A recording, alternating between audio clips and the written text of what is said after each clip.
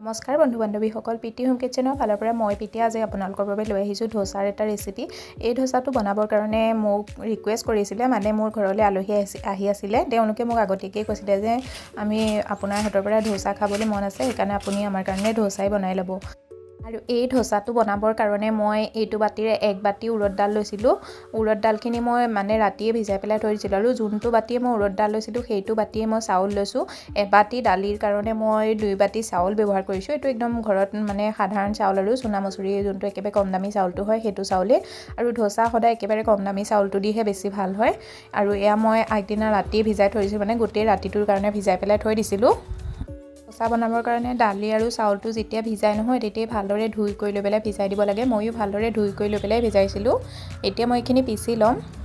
ধোচা বনাবৰ কাৰণে দালি আৰু চাউলটো একেলগেও ভিজাব পাৰে, কিন্তু মই ভিডিঅ'ত দেখাবৰ কাৰণে বেলেগ বেলেগকৈ ভিজাইছিলোঁ। আপোনালোকে একেলগেও ভিজাই ল'ব পাৰে।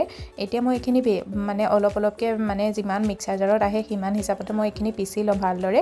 আৰু এইখিনি পিচিবৰ কাৰণে একদম পূৰা মিহিনকৈ পিচিব লাগে, মানে একদম পূৰা ফাইন পেষ্ট কৰিব লাগে। আৰু জৰুৰত হিচাপত পানীও এড কৰি দিব লাগে, কাৰণ আমি ইয়াৰ বেটাৰটো একেবাৰে পাতলা বনামেই, পানী গ'লেও ইয়াত কোনো কথা নাইকিয়া। খালি এটা কথাই ধ্যান ৰাখিব লাগে, ধোচাৰ বেটাৰটো সদায় একদম পূৰা মিহি হ'ব লাগে। যিমান পাৰে সিমান মিহিকৈ পিচিব লাগে, একদম পূৰা ফাইন পেষ্ট, মানে যিমান পাউডাৰ নিচিনা হয় নহয় সিমানেই মানে মচমচীয়া হয় ধোচাটো।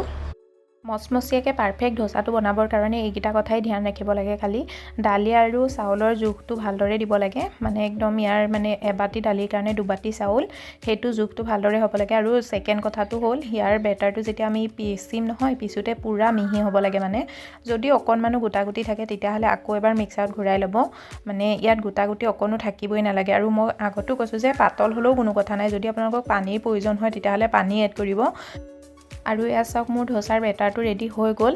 এতিয়া মই এইখিনি একদম ভালদৰে মিলাই ল'ম, মানে দালি আৰু চাউল আমি মানে পৰিমাণটো বেলেগ বেলেগকৈ ব্যৱহাৰ কৰিছিলোঁ ন, সেইকাৰণে মানে এইখিনি ভালদৰে মিলাই ল'ম। আৰু মিলাই পেলাই মই এইটো ঢাকি পেলাই 7-8 ঘণ্টাৰ কাৰণে এনেকৈ পেলাই থৈ দিম। আৰু যদি আপোনালোকে বিচাৰে যে 7-8 ঘণ্টা নথৈ গোটেই ৰাতিটোৰ কাৰণেও থৈ দিব পাৰে। মই এই ধোচাৰ ঘোলখিনি ভালদৰে মিলাই হোৱাৰ পাছত ঢাকি পেলাই আপোনালোকক কাইলৈ লগ পাম। মানে মই এদিনৰ আগত এই প্ৰচেছটো কৰিছিলোঁ। এদিন মানে ৰাতি মই চাউলখিনি ভিজাই থৈছিলোঁ, আৰু পিছদিনা ৰাতিপুৱা পিচি পেলাই মই গোটেই দিনটোৰ কাৰণে থৈ দিছিলোঁ, আৰু ৰাতিটোৰ কাৰণেও থৈ দিছিলোঁ, কাৰণ মই ৰ'দত দিয়া নাছিলোঁ। আমাৰ ইয়াত বান্দৰ বহুত কাৰণে মই ৰ'দত দিব নোৱাৰোঁ। যদি ৰ'দত দিয়ে তেতিয়াহ'লে সেইদিনাই বনাই ল'ব পাৰে। মোৰ টোটেল 1.5 দিন সময় হৈ গ'ল। আৰু 1.5 দিনৰ পিছত মই যেতিয়া ধোচাৰ ঘোলটো মানে ধোচাৰ বেটাৰটো যেতিয়া চাইছোঁ, দেখিছেনে এইটো কিমান ফুলি গ'ল। মানে যিমানখিনি আমাৰ বেটাৰ আছিলে নহয় তাতকৈ ডবল, মানে 3 গুণ বেছি হৈ গ'ল।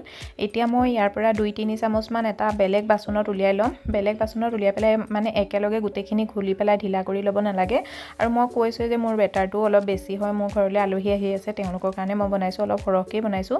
যদি কম হিচাপত বনাইছে পৰিমাণটো তেতিয়াহ'লে আপোনালোকে ইয়াত একেবাৰতে ঘুলিও ল'ব পাৰে। কিন্তু মই এটা বেলেগ বাচনত লৈ লৈছোঁ, উলিয়াই পেলাই 4-5 চামুচমান উলিয়াই লৈছোঁ। ইয়াত মই এতিয়া পানী এড কৰিম। পানী এড কৰি পেলাই এইটো একদম পূৰা পাতলকৈ মানে বেটাৰ কৰি ল'ম।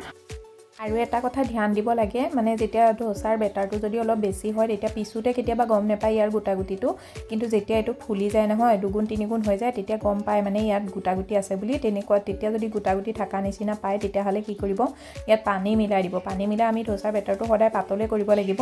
আৰু পানী মিলাই পেলাই আপুনি এইটো অলপ সময়ৰ কাৰণে মানে 1-1.5 মিনিটৰ কাৰণে মিক্সিত ঘূৰাই দিব। তেতিয়া মানে ইয়াৰ পেষ্টটো পানীটো মিলাবলগীয়া নহয়, আৰু মানে ধুনীয়াকৈ মানে গুড়িও হৈ যাব, ভালো হৈ যাব, তেতিয়া মানে পাৰফেক্ট হৈ যাব। ধোচাৰ বেটাৰটো সদায় পাতল কৰিব লাগে, সেইটো মই আগতো কৈ আছোঁ, বাৰে বাৰে কৈ আছোঁ। আৰু এই মিক্সিত ঘূৰাই দিয়াটো একদম সহজ উপায়, মানে ময়ো মিক্সিত ঘূৰাই দিছিলোঁ। প্ৰথমবাৰ আপোনালোকক দেখাবৰ কাৰণে মই ঘূৰোৱা নাছিলোঁ, কিন্তু মোৰ প্ৰথমবাৰত মানে বহুত সময় লাগিছে এইখিনি মিলাই থাকিবলৈ, কাৰণ আমি ইয়াত উৰদ দালি ব্যৱহাৰ কৰিছোঁ। উৰদ দালিটো অকণমান আঠা আঠা থাকে নহয় জানো, তাৰ কাৰণে মানে মোক সময় লাগিছিলে। পিছৰ যেতিয়া ধোচা ঘোলখিনি মই ৰেডি কৰিছিলোঁ নহয়, পানী মিলাই পেলাই বেটাৰটো পাতল কৰিছিলোঁ, মই তেতিয়া মিক্সিতে ঘূৰাই লৈছিলোঁ। আৰু ইয়াৰ থিকনেছটো চাই লওক। যেতিয়া চামুচ এখন লৈ ল'ব, চামুচখনৰ পিছ চাইডে এনেকৈ পেলাই মানে আঙুলি এটা দি লৰাই দিব। যদি ইটোৱে সিটোৰ লগত লগ খাই নাযায় তেতিয়াহ'লে জানিব যে মানে ধোচাৰ বেটাৰটো আমাৰ পাৰফেক্ট হৈ গৈছে। আৰু ইয়াত মই সোৱাদ অনুসৰি নিমখ এড কৰি ল'লোঁ। নিমখ এড কৰি পেলাই ভালদৰে মিলাই ল'ম। সেইটো আমাৰ ধোচা বনাবৰ কাৰণে ৰেডি হৈ গ'ল। আনফালে মই ধোচাৰ কাৰণে গ্ৰীণ চাটনিও বনাই ল'লোঁ, নাৰিকলৰ চাটনিও বনাই ল'লোঁ, চাম্বৰো বনাই ল'লোঁ, আৰু আলু মছলাটোও মই বনাই ল'লোঁ। কাৰণ মোৰ ধোচাৰ বেটাৰটো সৰহ আছিলে, তাৰ কাৰণে মই 2 কেজি আলুৰ মছলা, আধা কেজি চাম্বৰ আৰু মানে চাটনি মই সেইটো হিচাপতে বনাই লৈছিলোঁ। মই কৈছোঁৱে মোৰ ঘৰলৈ আলহী আহি আছে। আপোনালোকক ইয়াৰ পৰা কিবা ৰেচিপি লাগিলে মোক জনাব, মই সেয়া ৰেচিপিও আনিবলৈ চেষ্টা কৰিম আপোনালোকৰ আগত।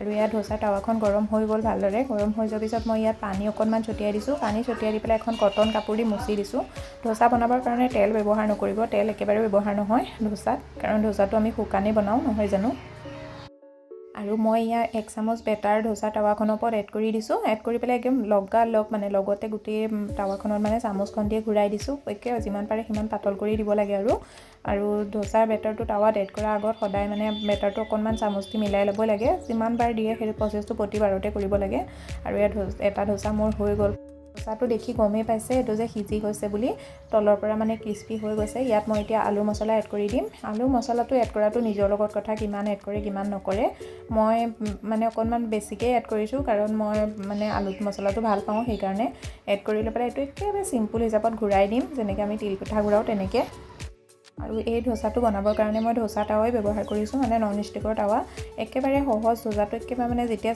মানে সিজি যায় তেতিয়া নিজে ওপৰলৈ উঠি যায় আৰু ইয়াত চাওক মোৰ এটা ধোচা হৈ গ'ল আৰু তেনেকেই মই বাকীকেইটা ধোচাও বনাই ল'ম আপোনালোকে যদি ইয়াত লোহাৰ টাৱা ব্যৱহাৰ কৰে নহয় তেতিয়াহ'লে কি কৰিব জানেনে তো টাৱাখন গৰম হৈ যোৱাৰ পিছত অকণমান তাত তেল দি দিব তেল দি লৈ পেলাই পিঁয়াজ এটা কাটি ল'ব পিঁয়াজটো কাটি লৈ পেলাই কাটা অংশটো দি তেলখিনি মচি দিব টাৱাখনত তেল থাকিবলৈ নিদিব মানে পিঁয়াজটো দি গোটেই তেলখিনি মচি দিব তেতিয়া আপোনাৰ টাৱাখন আইৰণৰ টাৱাখনো নন ষ্টিকৰ হৈ যাব তেতিয়া আপুনি পাৰফেক্টকৈ ধোচা বনাব পাৰিব মই আগতে তাতেই বনাইছিলোঁ কিন্তু এতিয়া মই এই ধোচা টাৱাখন অহাৰ পিছতহে মই ইয়াত বনাব লৈছোঁ মানে ক'বলৈ গ'লে মই ছেকেণ্ড টাইম ধোচা এই টাৱাখনত বনাইছোঁ আৰু তাৰ আগতে মই আইৰণৰ টাৱাতে ধোচা বনাইছিলোঁ আৰু মানে মই আইৰণৰ টাৱাতে আপোনালোকক দেখালোঁ হয় কিন্তু মোৰ মানে অকণমান সময় অভাৱ আছিলে তাৰ কাৰণে মই আজি ধোচা টাৱাতে ব্যৱহাৰ কৰিছোঁ ধোচা বনাবৰ কাৰণে এই টাৱাখন বহুতেই বেছি ভাল আপোনালোকক লাগিলে ইয়াৰ লিংক মই দি দিম ডেছক্ৰিপশ্যনত মই এইটো ফ্লিপকাৰ্টৰ পৰা আনিছিলোঁ বহুত বেছি দামো নহয় 1300-1400 টকা কিবা এটা লৈছিলে কিন্তু ধোচাৰ টাৱাৰ কাৰণে বহুতেই ভাল ধোচা টাৱা বহুত আহে আৰু বহুত ৰকমৰ আহে কিন্তু তাৰ ভিতৰত এইখন চবতকৈ বেছি ভাল ময়ো আগতে আনিছিলোঁ